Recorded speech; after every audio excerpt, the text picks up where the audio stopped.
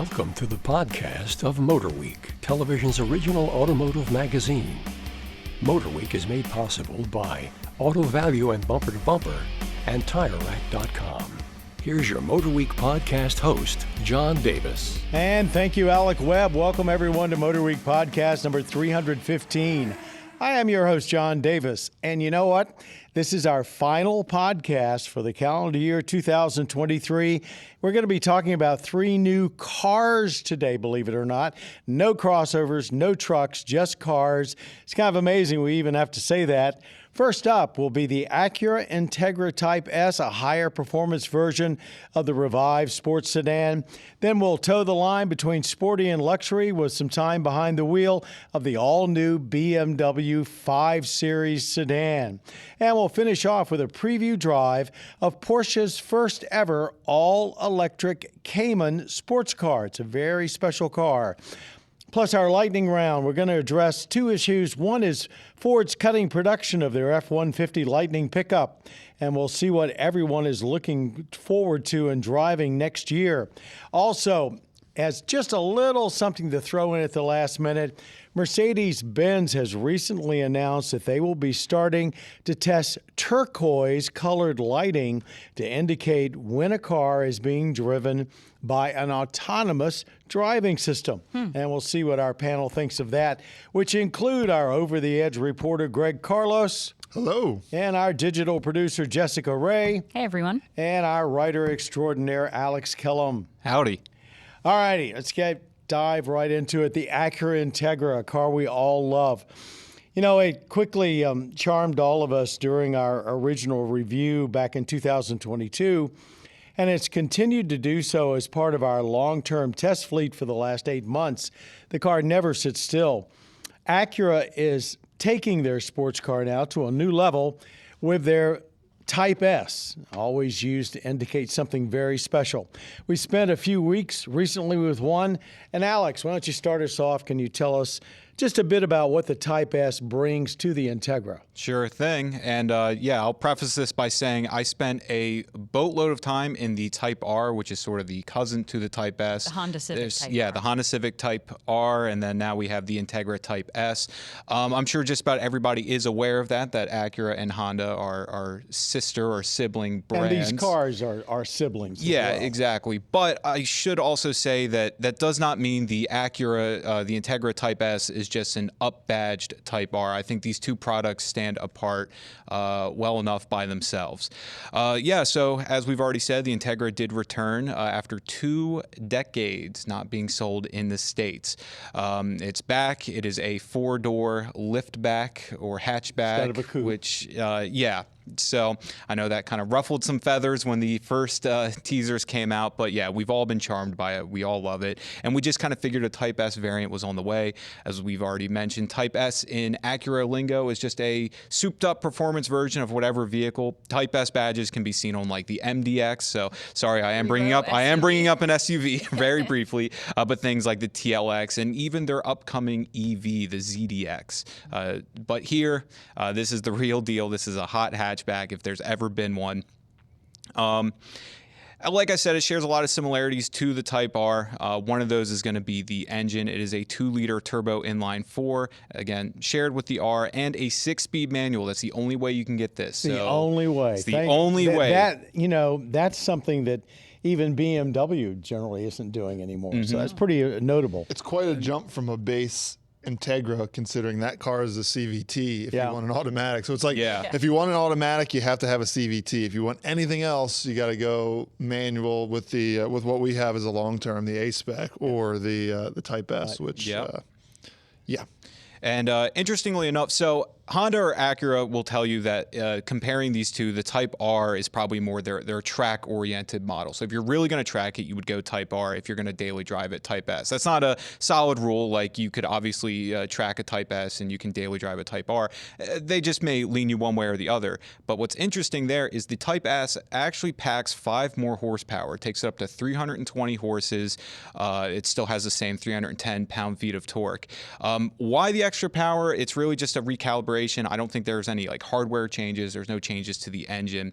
It may be to justify a slightly higher price, which I'll get to in a moment. It's certainly not because of weight. The difference in weight here is about 30 pounds. The Type S, we keep kind of talking about luxury with Acura compared to Honda. That is a gross oversimplification of what the Integra Type S is to the R, but for lack of a better phrasing, it's more luxurious. So a little bit more sound insulation, things like that, cushier seats, things like that. The Type S is also, compared to an Integra, a little bit bigger. Lengthwise, it's about the same at about 186 inches, but when you look at it, you will notice the really cool but very cleanly applied wide body kit to it. It is a wide car. It is a good looking. It is not a boy racer. It is a great. And it's not just bolt on like exactly. It is actually very sculpted this way. Yeah. Precisely. It's about 3 inches wider. That also applies to the track. Speaking of track, we've got 265 summer tires wrapping 19-inch wheels. Those wheels you can get real quick. You can get as bronze wheels, which I have to say is a little mini rave right now. I feel like I'm seeing more bronze wheels as factory options. Love to see it. Been there before. Yeah, I know. It's a fad, but I'm here for it. Because all the designers now who are making the calls are like my age. Yeah. We all like those bronze wheels. You did. So you guys are going to get bronze wheels as well. It's our world now. I'm here for it. It also sits about an inch lower, and then in the back, you know, you've got like a carbon fiber spoiler. You got the tri-exhaust in the center. It sounds great. Some pops there. It's a much, in my opinion, a much better sounding car than the Type R. The Type R, it's odd because you mentioned more sound deadening with an Acura, but it's kind of ironic that they would do that, but also make the exhaust much raspier and more like they specifically, I remember going on the press launch, and I forget their exact terminology, but they dedicated a whole slide to snaps and pops and bangs was what they used. And like that's it's just kind of like ironic that you jump up to a more what you might call a sophisticated brand. Sure. Yet I think it's a little rowdier than the Type R. But think about it. Before your time, I will say, when we had a car that would do, the pops and the bangs, it was always Italian or sophisticated European. And it was what you noted about them when they came around the corner. So there is a historical, even though if most people alive don't remember it, relationship to those sounds that's very upmarket, or used to be anyway. Yeah. But it's kind of amazing to me that they've really made it a point of saying this is related to the Type R. But at the same time, it drives more sophisticated. Yeah. It sounds more sophisticated. It handles there's not the rough edge that you expect in an R. That's kind of what I wanted to hint at. So it is a more refined experience, both on the street and even when it comes to handling too, like on the track. It's not just it's more cushy. It does have the adaptive dampers. You can set it in different drive modes.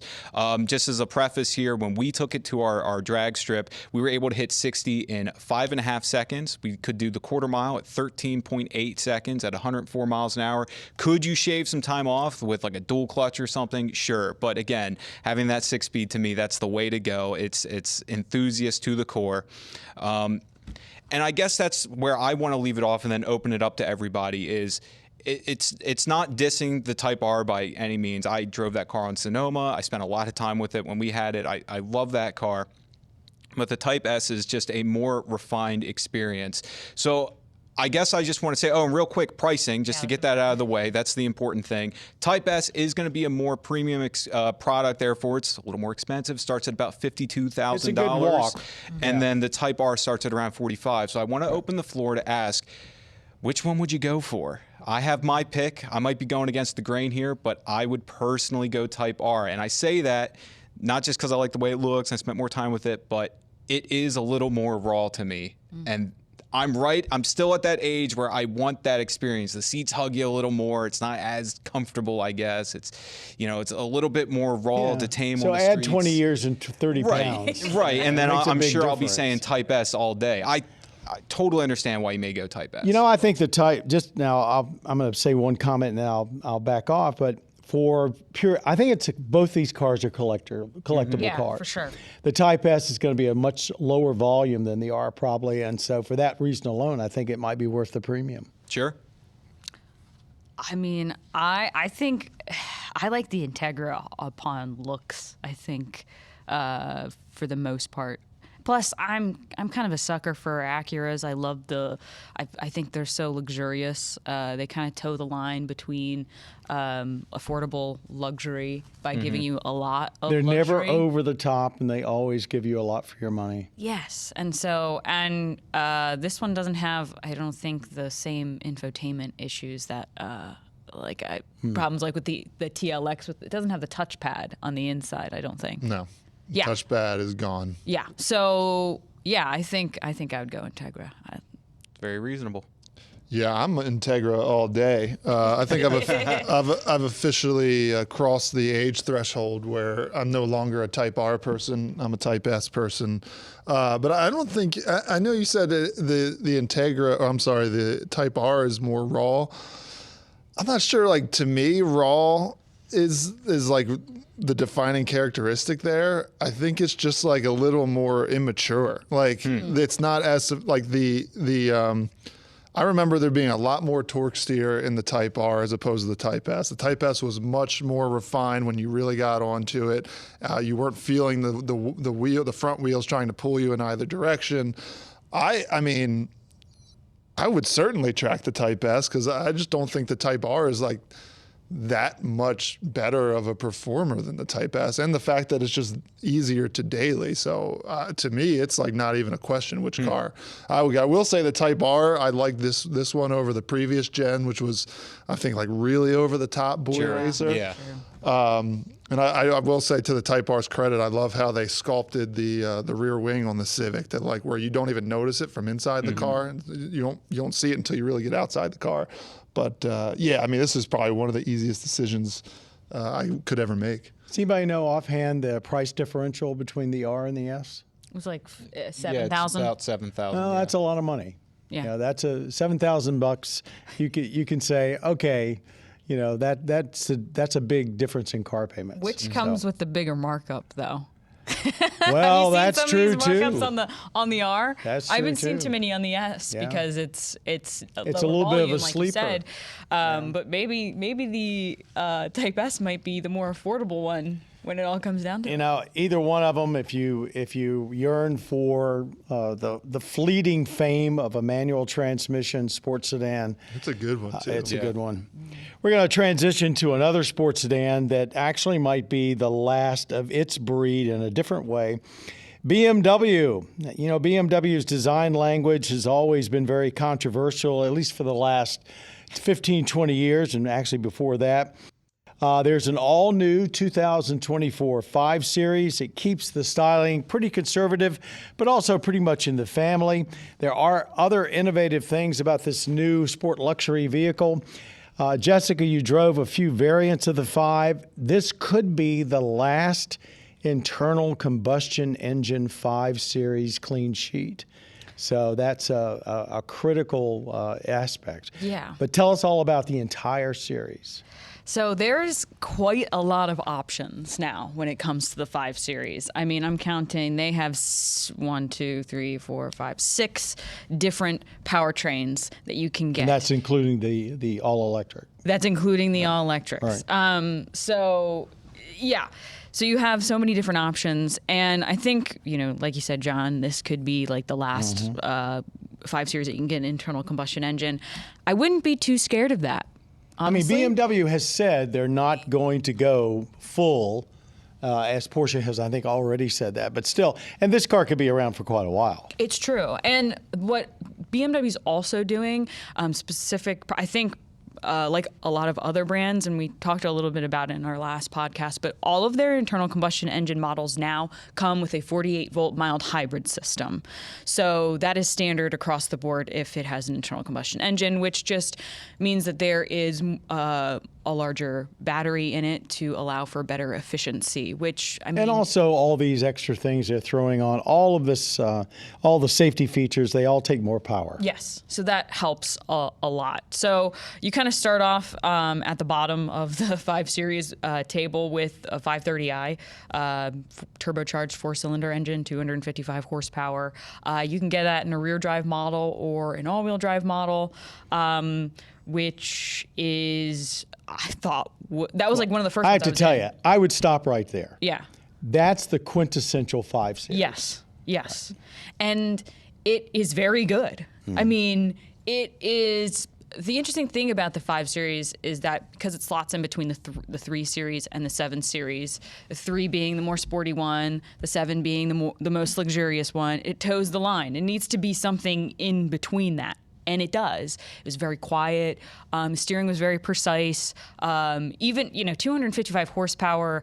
When we're talking about the scheme of things, when in sports sedan world, it doesn't seem that great, but it was very sporty and very fast. Part of that, you get with the 48-volt mild hybrid system. Everything is just quicker. So I thought it was excellent. And then, of course, if you do want more power, you can move up to a 540i, which that has an inline 6 for an additional 125 horsepower. So you're looking at 375 horses. I did not get to drive that, unfortunately, because it is coming now toward the end of the year, and it wasn't available.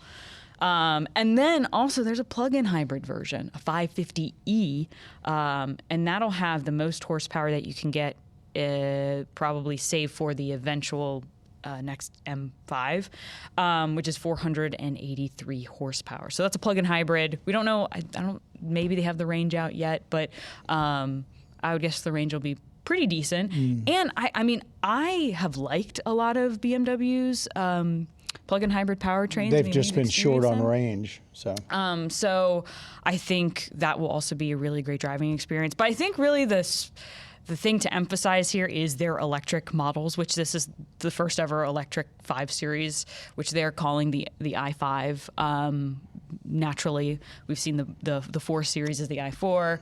The 7 Series is the i7. And we've loved them both. We've loved them both. And one of the things, I really tried to compare my experience in the i5 with that of the other all-electric BMWs I've been in, specifically the i4, because BMW has done such a fantastic job in taking the driving experience you would get in their internal combustion cars and transferring that to their all-electric models, which that's a huge complaint that we see and hear about from a lot of people. Like, well, there's no spirit to your driving in an all-electric sports car.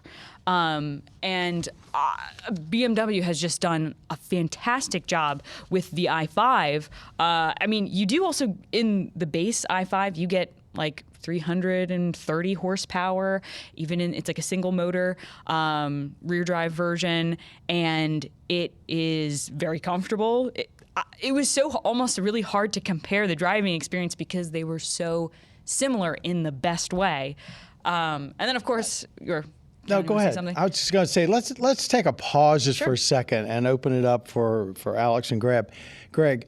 There's a lot of discussion among auto writers right now, and this is a big change from a year ago, about all of these electric vehicles in mass becoming appliances. They don't have a soul. They don't have the personality of whatever car they're replacing. Now, I think that's an overstatement. Yeah. I think you certainly can make a case that the EV6 GT we have has got personality. But do you think, from all of the EVs you've driven, that car makers have got to do a better job of making their vehicles somehow stand out and be different?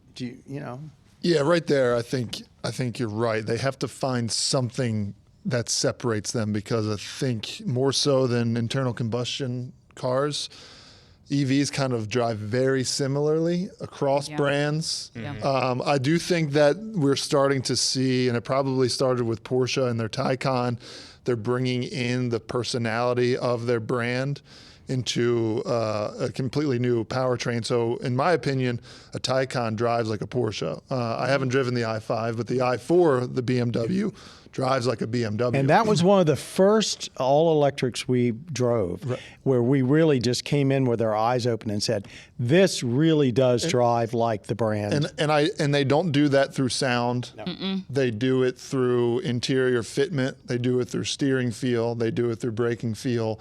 Acceleration's kind of different because I don't know how you really, the whole point of a performance, if you're going to go performance EV, is the sudden acceleration, which you're obviously not going to get, let's say, in an internal combustion 3 Series. But I do think they're getting there. And I had a conversation with somebody on the last event I was on of trying to figure out what that is that brings the excitement into EVs. Is it sound? Is it a geared transmission? Right. We don't need a geared transmission, but we could also argue we don't need a manual transmission, but we do it because we like it. So is it something like that down the road? And and Dodge with their upcoming Charger is trying something, at least they said they were going to, with the whole sound production. So maybe it's that. Who knows? But I think it's something that should be seriously considered by manufacturers. Yeah, I mean, I agree with everything that's been said about standing out. It's also, to that point, it's all about feedback and driver involvement. But I will say to the comment about being appliances, to us, it's like, it's more than just an appliance because we're car geeks, but there's a lot of people out there that even well before EVs were becoming mainstream, that a car was an appliance, right? It was the thing. About a number of Toyotas. Oh, yeah. Right. So Acuras to an extent, I think the car manufacturers are just looking at it as this is the new means of propulsion that we're going to try and push, or that we're going to put out there for whatever. And there are people that, to them, it's great. It gets me from point A to point B. They look at the Type S we were just all drooling over practically, and to us it's like, it's wide body and it's got these bronze wheels. Well, to me, bronze wheels, all that stuff, 6-speed manual. But there's always going to be someone that's going to say, yeah, but I can just get a regular Integra. I don't care. A CVT, what's that? Oh, I don't have to shift gears. Great. There you go. Right. I think we're thinking of this through the eyes of enthusiasts, and I want to say we have talked about this off air or on air before, but right now everybody's trying to keep up with Tesla, trying to get the Tesla buyer to stop buying a Tesla and now buy a BMW i5. And I would argue, and maybe I'm painting with a broad brush, that the average Tesla buyer probably isn't an enthusiast. So now the legacy manufacturers have to figure out, well, what is it that we can offer that they can't offer? Because they're all treating it like an appliance. And now we're like, oh, well, maybe give it a geared transmission. That's not going to bring people from Tesla over to BMW. Well, give it sound. That's not going to bring somebody from Tesla over to Mercedes. So maybe I don't know. I'm confusing myself in this question, but I mean, if these manufacturers are going to start selling EVs, which is clear that they're having trouble doing that, as much as we want it to be something that would make it more exciting to drive, I think it's got to be more than just excitement. It has to be personality. And leaning back to maybe it is a convenience feature of an appliance. I hate to say it, but if that's what's going to sell more cars, then maybe that's what these manufacturers are going to put their money into. I cut Jessie off because before she got to some of the innovations that the new 5 Series has, from your standpoint. I mean, I think the i5 in itself is incredibly innovative, right? Like the i4 and the i5 driving like a BMW. What exactly does that mean? But there is something that BMW has done to kind of ensure that happens, and it's because it's built quite literally on the same It's the same platform. chassis, same platform. And so I think something that's very innovative for BMW is they were able to reuse the chassis that they've already been using and adapt it so that it's not the world's longest range for an EV, but it's acceptable. So it ranges from close to 300 miles to 250 miles. So it's in the ballpark of what we're seeing. Yes, exactly. So, because I mentioned that the i5 has, the base model, it's an eDrive 40, but then there's also a high performance model of the i5. It's the M60, and that thing gets almost 600 horsepower. And we're inching into like proper M car territory with that. Just the amount of power and acceleration they put on it. I was actually really lucky that I got to drive it on a track to really feel it, and it was incredible. Granted, you do get like 250 miles of range with, with that. Who's counting? Yeah, who's counting? But yeah, and then inside is just really luxurious. It's what you expect from BMW. They have the new curved display on the inside. And they're all about like the gesture control stuff. So now actually in the 5 Series, if you're like using adaptive cruise and you like move your eyes over, it'll like make a lane change for you. Oh no! Can't see that guy. Can I gesture a manual transmission? And make a shift for me.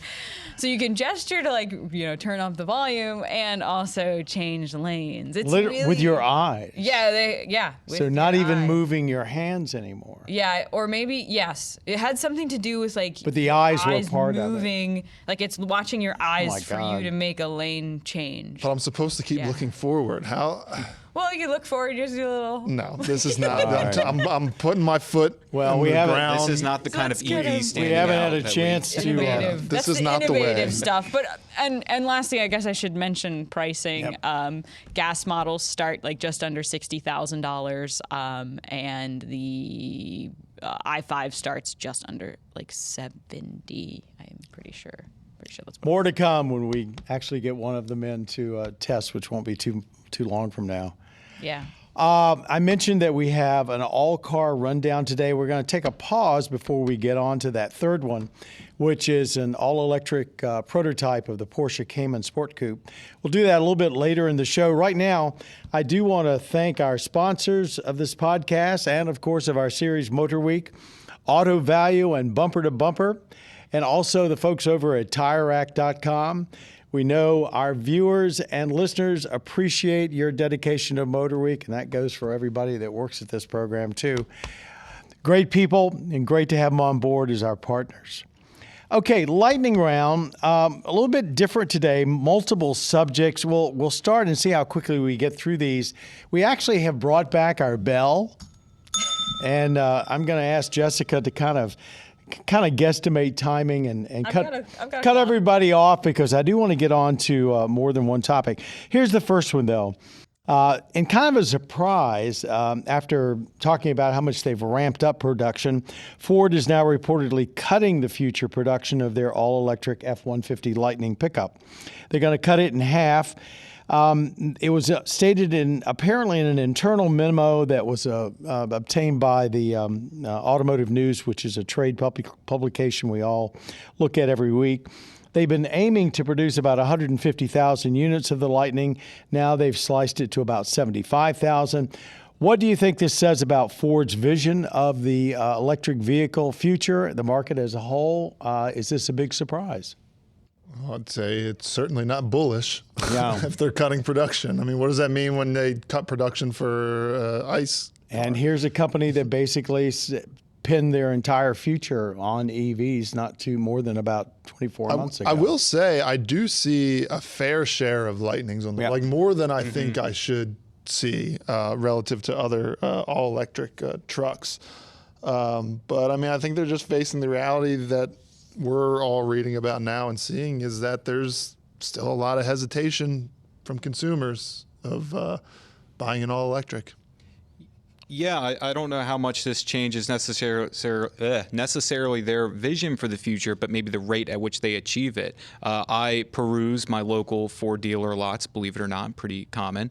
I'm a nuisance there. I can't tell you how many Mach-E's I see on the lot, and that's not a knock against the Mach-E in any way, shape, or form. It's just the same at everybody's. Yeah, it's just they're having trouble moving inventory of EVs because, like Greg just said, there's still apprehension about it. We've reached the point with EVs where there are more vehicles, and we've got new models coming online almost weekly. You know, the early adopters have their Tesla or whatever. You've still got Tesla in the picture lowering prices. You've got all these new models, and there's a lot more choices, and the buyers are still just not there, and probably aren't going to be there until they become more confident about infrastructure and charging, and I think range. I've been talking range till I'm blue in the face. Folks are starting to realize that even if they can find a charger, they're stopping every 2 to 3 hours for anywhere from 20 to 45 minutes or more if they can find a charger. If you're lucky. That works. Mm-hmm. I mean, it's a really interesting dilemma, too, because Ford wanted to make 150,000 Lightnings. They were not making anywhere near 150,000 Lightnings. I believe they sold 20,000 this calendar year, maybe a little bit more than that. They're really not moving a ton of them.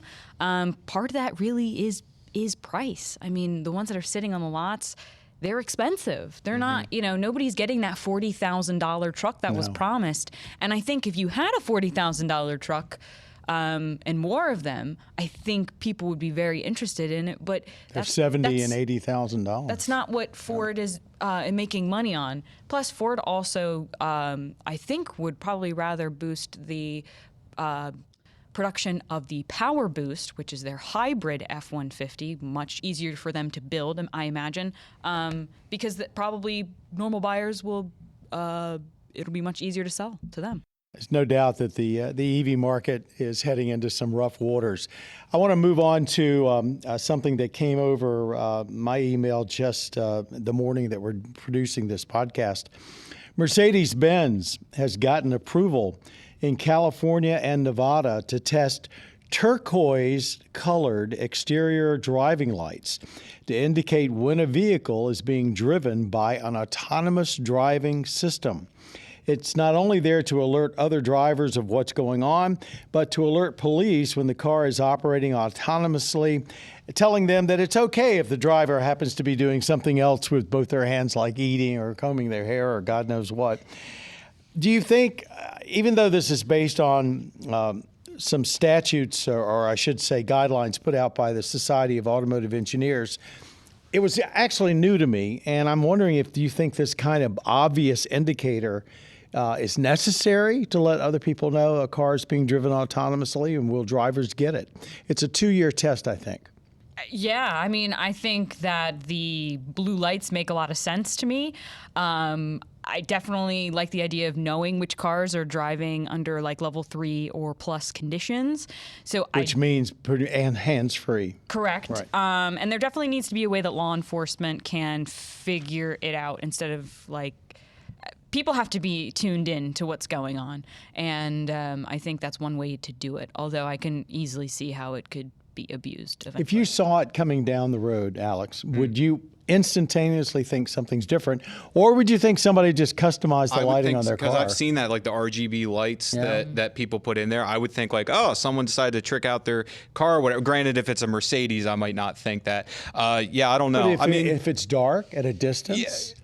Yeah, right. You can't tell. Yeah. I mean, I would kind of just think for now, someone just modified it. But obviously, as it becomes more prevalent, you would probably know. And then there might even be laws like, okay, if you're going to modify your lights, you can't. The turquoise is for autonomous. There's been laws against certain colored lightings for years. Yeah, and they should just have bumper stickers that say please don't honk. I'm not the one driving.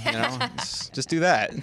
Greg. Yeah, I mean, I'm not going to think too hard about this. I don't see why it's really an issue. I don't see any real downside to it. I mean, it's not like a privacy thing. I would like to know when somebody's driving autonomously, or I should say not driving. I mean, what people put new driver stickers on their cars, and everybody can act accordingly. If I don't want to be near that person, then I have the right to either pass them or just stay far away from them. So, yeah, I mean, I have no issues with I think it's a great idea. I think it's very cool. I didn't even really get to use my bell. Yeah, you can use it now. We have one more thing before we get back to our last car we're going to talk about. Year's closing, 2024 is just around the corner. Some of you will be listening to this podcast after January 1st. Okay, what vehicles as a group are you looking forward to driving the most next year? Why don't we go around our table in counterclockwise fashion. Greg, I'll start with you. I have two off the top of my head, but I'm pretty sure I'm going to take them, one from Alex and one from Jess, so I'm not going to say them.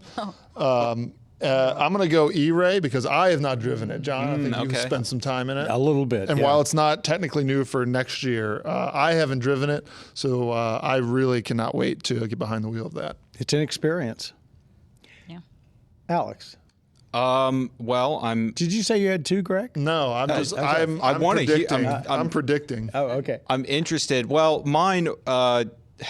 An obvious choice would be like, I want to drive like the Dark Horse or Yep, see, something. that's Yeah, why I that's didn't say right. it. I'm But one I for will one. say the one I actually had in mind, it is another Ford, keeping the trend there, but it's the Ranger Raptor that we're finally getting. yeah. And I don't just say that because I'm partially in the market for a truck and I love mid-sized trucks now, but we've been driving a lot of mid-sized trucks this past year. Yes. And on top It has of that, been the year of the mid-size truck. on top of that, we've been driving a lot of the higher echelon trucks, Yeah. like the AT4X for the Canyon, Boss. and Trail Boss and all that. I want to know, I've driven Raptors before. I want to know what the Ranger Raptor is all about. That's a good one. Thank you. I don't think and you're- Dark Horse. I don't think you're gonna guess the one. I think I have 2. The first one is the Equinox EV, actually. Oh wow, I was way That's off. left field. I'm curious what you thought, but yeah, no. That's an interesting choice. After I drove the Blazer, the Equinox is Chevrolet says it's gonna be like $35,000 EV on the Ultium platform, which is we've really liked the Ultium platform. So I'm just really excited to see what Chevrolet does with it, and how it might compare to, say, something like that Volvo EX30. I think that might be the real bang for your buck EV coming in the future. Also, I'm looking forward to the new Lexus GX. It's close. So my mom has a 2018 GX that I despise, and so I'm looking forward to seeing how they've improved on it in 2024. I only despise it because the interior is the interior from a 2010 Lexus. That's the only reason why. Otherwise, it's a very good truck. I actually will piggyback on your Equinox. We've been promised this entry-level SUV, albeit they already had the Bolt, but a true SUV that's EV from Chevrolet for so long now. And this is the vehicle that is supposed to become the mainstay of not only households, but fleets who buy vehicles in large numbers. And I think a lot of what we've been talking about the hesitation of an all-electric future is going to ride on that Equinox and similar vehicles like it. I mean, yes, we already have the ID4 and we have some others, but they've all proven to be more expensive with less range than what we originally thought they would. Yeah.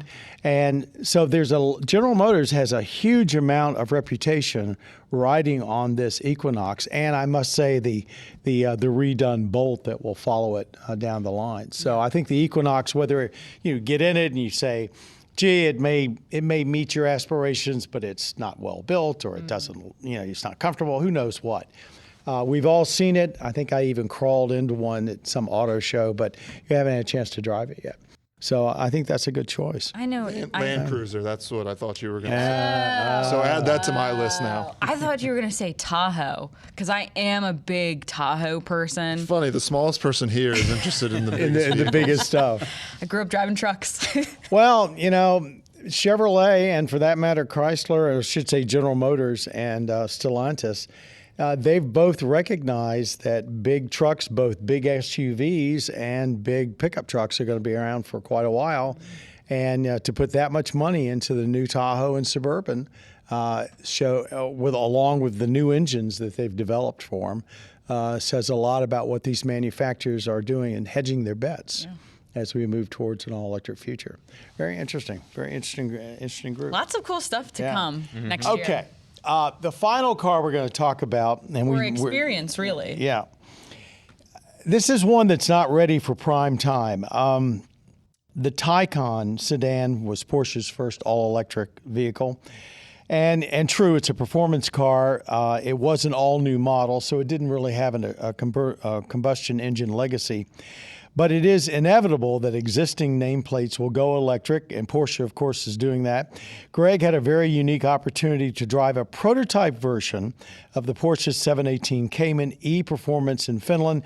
Greg, tell us what this car really was and what it isn't, and tell us what the experience was. Right. So, technically this was the Cayman GT4 E-Performance, which is Porsche's prototype of a customer race car. So this is not a road-going car. This is a one-seater, all-electric, literal race car with cage and nothing else. So I was no adjustable seats. Actually, this one I was able to adjust a little bit. There was some adjustment, but I was still not. But before we get to the details of that, about a month ago, our executive producer came to my desk and said, "Hey, do you want to go to Finland?" I said, "Depends on for what." And it was Porsche had sent us an invite to go to their ice facility to drive race cars on ice.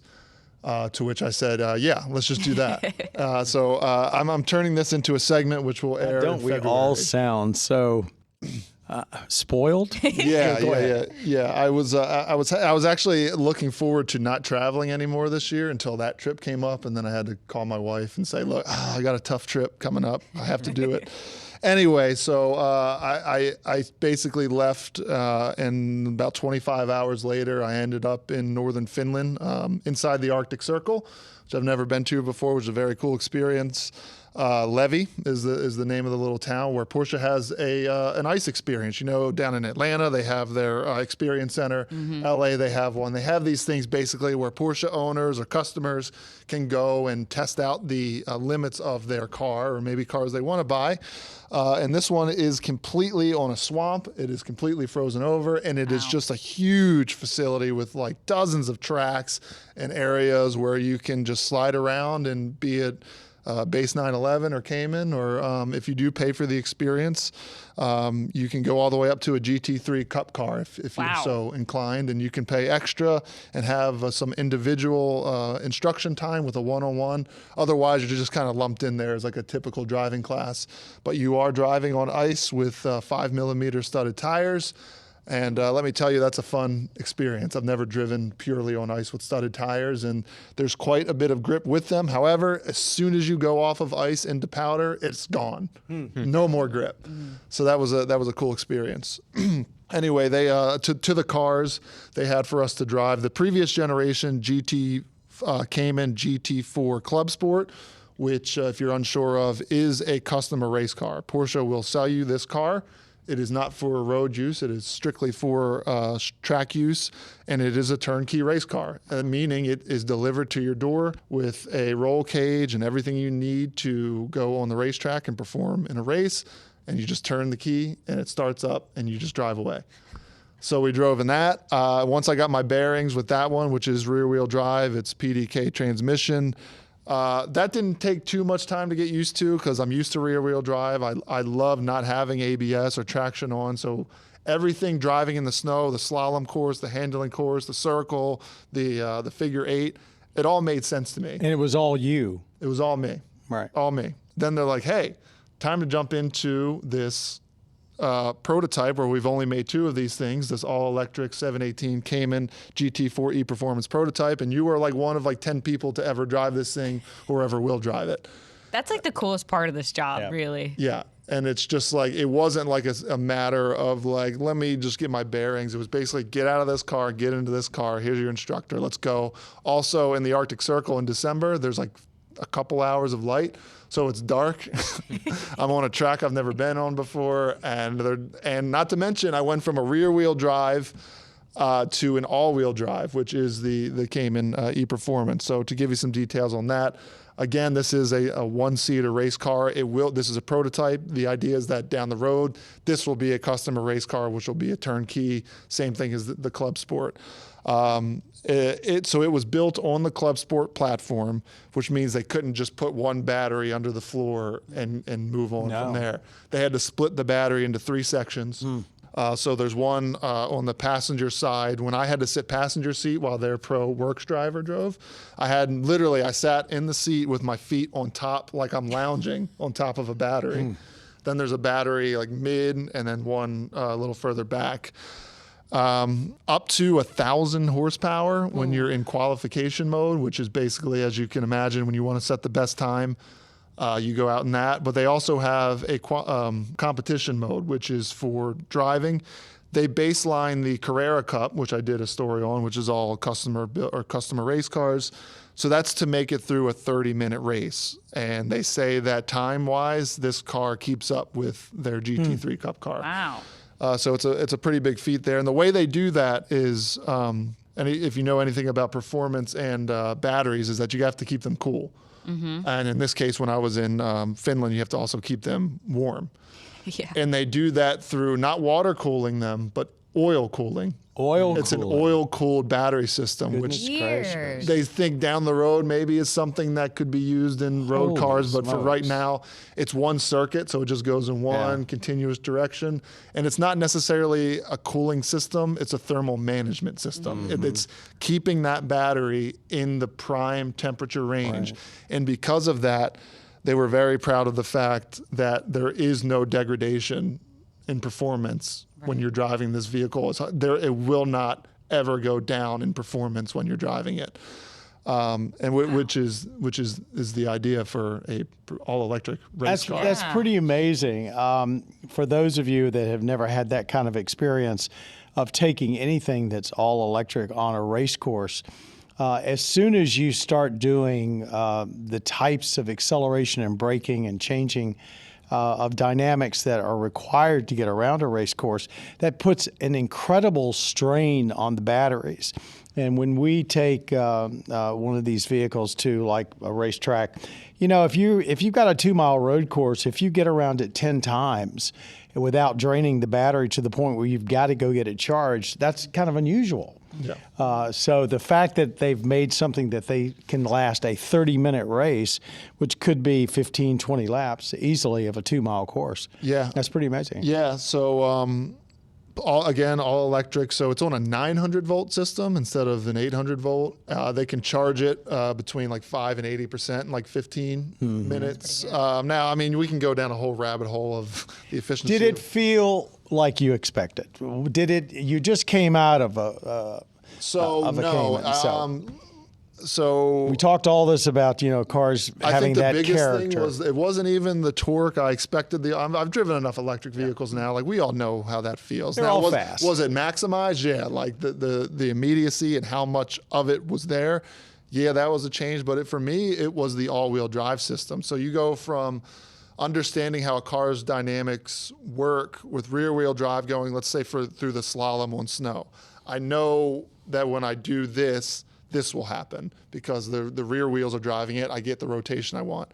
It's completely different when you go to all-wheel drive. So I'm usually pretty good at hopping in a car and driving on a track or a road I've never driven and talking to a camera for my segment. This e-performance took 100%. Like I couldn't even say what was going through my head because I was having trouble computing. It's the sound. The sound of it's so loud in there. There's so much electric noise. And then when you go into qualification mode, which the pro driver, I did not do, the pro driver did, the sound difference from competition mode to full qualification mode is just like, it's ear splitting when he's really into the throttle and he's in qualification mode. But that is like a race car. And it's hard to say because it was. Does it drive like a Porsche? It's hard to say because it's a race car that I don't have a ton of experience. It drove like a race car. That's what I'll say. Like it was a completely different experience than a road going car. What was the regen braking like? They didn't have any dials, so they can change it. Yeah, they have all kinds of cool features. So technically development is over for this car, so they're not allowed to develop new things for it. But they did say that they turned regen off because of the dynamics of low traction, and they don't really need it because you weren't doing a race. However, in a race, having that not only the regen that they do dial in, but they having 2 motors means that you can regen that much more. And so when you are on a road course, there is regen that's happening, but not here. The other tricky thing was they added a handbrake, a little e-brake, which helped us out. And if you were to left foot brake, which I do naturally, but if you left foot brake and I think apply the throttle at the same time, it will then send all power to the rear wheel, which is not something you would have in the typical race-ready version of this car. It was kind of something they were just playing with, which in the snow is very useful in an all-wheel drive car. So it was just insane. A truly unique experience. Yeah, I mean, I can't wait. This will air in early February, and I cannot wait to get back and look at all the cool footage and kind of re-wrap my head around what happened, because it was like a whirl. I got there. So I left Monday morning. I got into the hotel Tuesday night local time. By Wednesday morning, still pitch black. I'm in the Cayman Club Sport, and then I basically didn't really get out of the car except for to swap until about 4:30. And then you were probably back on the plane the next day. And I was back. So anyone that thinks that travel that we do is glamorous, that's a good. You get there, you do what you need to do, and go home. He said 25 hours of travel. That's that is some of the toughest. Yeah. Usually it isn't quite that bad. Yeah. Thanks, Greg. More to come on that, I have a feeling. Before we wrap up this podcast, rant and rave time, anyone? I have mine. Here he goes again. Yeah. So we're talking about technology today. It's funny, I was in an odd mood this morning. I must have been grumpy because I did have my personal car for a lot of time, and then I had the Defender today. So I woke up and I wanted to put my stuff in the passenger seat. And when I had been doing that with the my Kia, I could reach in and reach over and turn the key and not have to walk around and get into the driver's seat, push the button and the pedal at the same time. So like I'm starting to feel like I'm now, and having driven these race cars, I'm like, you know what? I don't really need ABS. I don't really need a push button start. I don't really need like a lot of infotainment. And then like so after I had the whole like key thing, the key envy, I see a Lucid on my way to work, which is a fantastic car. But I see the eye reading technology that allows you to access the car and unlock it with your eyes. Yep. And I'm just like, what are we doing here, man? This is like, as cool as that is, I was in such a mood where I'm like, man, I don't need that. Just give me a button and a key, and that's all I want. So I don't know why all of a sudden I feel this is way. A momentous occasion. I can't tell you, I get emails from viewers that are older, I will say, who are desperate to find vehicles without all of these modern, time-saving and convenience features.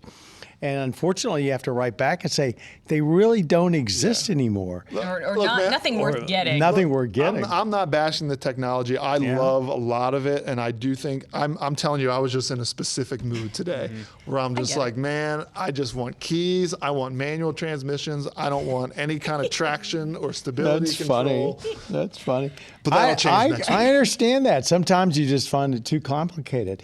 Now, Alex, you're a Mustang aficionado. Better for worse. You must feel the same way. I know you're not old enough to have gone back and experienced some of the early Mustangs. But when you think about the cars, the Mustangs you're driving today, and I'm not talking about Mach-E, versus the 65s, even the 70s versions, it's a totally different experience. I occasionally get to drive my dad's. He's got a 70 Mach 1, and there you go. That takes me back. Example. What's hilarious about it, and I'm going to kind of call out my dad a little bit here, is he does love his old one. That's why he's had it, all the way 2023. But he desperately wants to get behind the wheel of a new Mustang. Maybe not the 24. He really likes I have an S550, and he loves them. And all he talks about is how he's like, the old one is like, you're going down the road, you're the coolest guy on the road. But it's teeth chattering, it's loud, it's obnoxious. Every time I get in your car, Alex, I love it. Like, it's just you also worry about things like braking and handling. There's a reason that car needs a transmission swap. It's one of those things where like, I do love getting in that car. Like, it's a treat to not have any of that technology, really. It's like you've got an AM, FM radio, and you're like, dang, that is cool. I got the coolest thing here. Driving, it's a treat. But for the daily convenience, I do love what my car offers, Jessica, fresh out of her Wrangler. Which has nothing. That's like the barest of the bones of a car. But now you're in a Maverick. I'm in a Maverick. And have you noticed the difference? Well, it's funny because I was talking to my dad about it the other day because I gave him back the Altima that I was kind of using in the meantime while I was waiting for my Maverick. And he was like, I want to drive it around a little bit, just to get my bearings before maybe we'll sell it or something. And he got in it and he was like, I miss the camera. I miss like having Bluetooth. Just for like, he listens to music on his phone. He's got Apple Music, so he'll listen to the music that's on his phone and not on the radio. And he was just like, I miss having these little things. Like, it really is helpful. Yeah. I think a lot of cars overdo it at this point, like how I mentioned about, your eyes being able to change lanes for you in that BMW.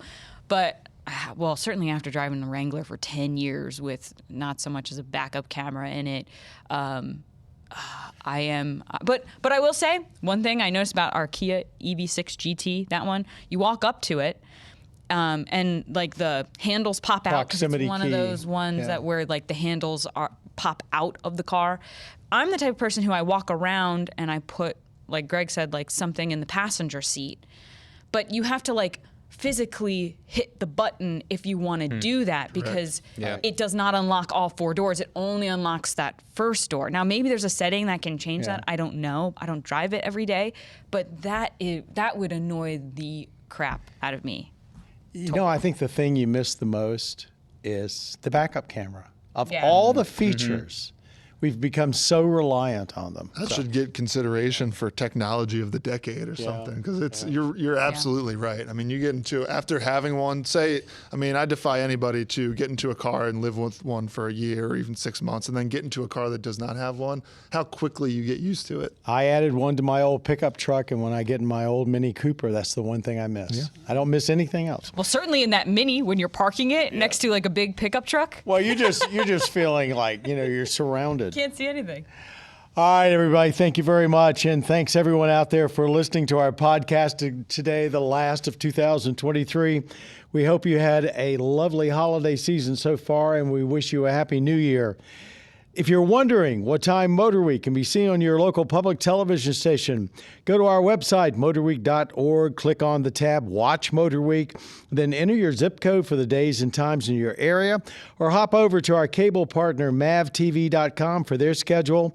By the way, you can also stream MotorWeek episodes for free on your mobile device or streaming box by downloading the PBS app. It's available at your device's app store or streaming channel library. All of the individual road test and feature segments are also available at youtube.com/MotorWeek. What we say here, folks, is if you've got a screen, you can watch MotorWeek. Our thanks to our over-the-edge reporter, Greg Carlos, our writer, Alexander Kellum. I'm not used to using your whole name.